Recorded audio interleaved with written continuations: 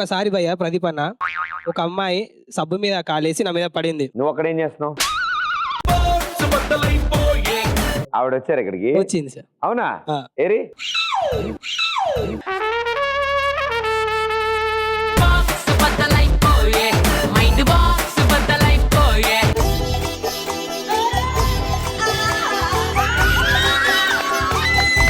చక్క చక్క చం చక్క తక్క తక్క తై తక్క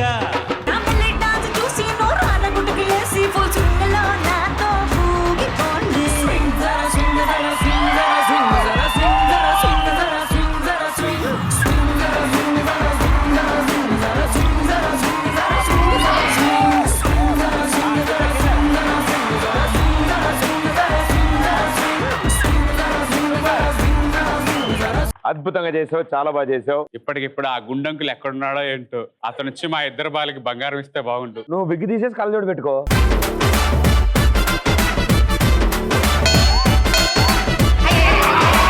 ఇప్పటికిప్పుడు నా భార్యలు తీసుకెళ్ళి నగిలిస్తే బాగుండు. డబ్బులు ఎవరికి ఊరికే రావు. అరే మారిపోయారు నువ్వు.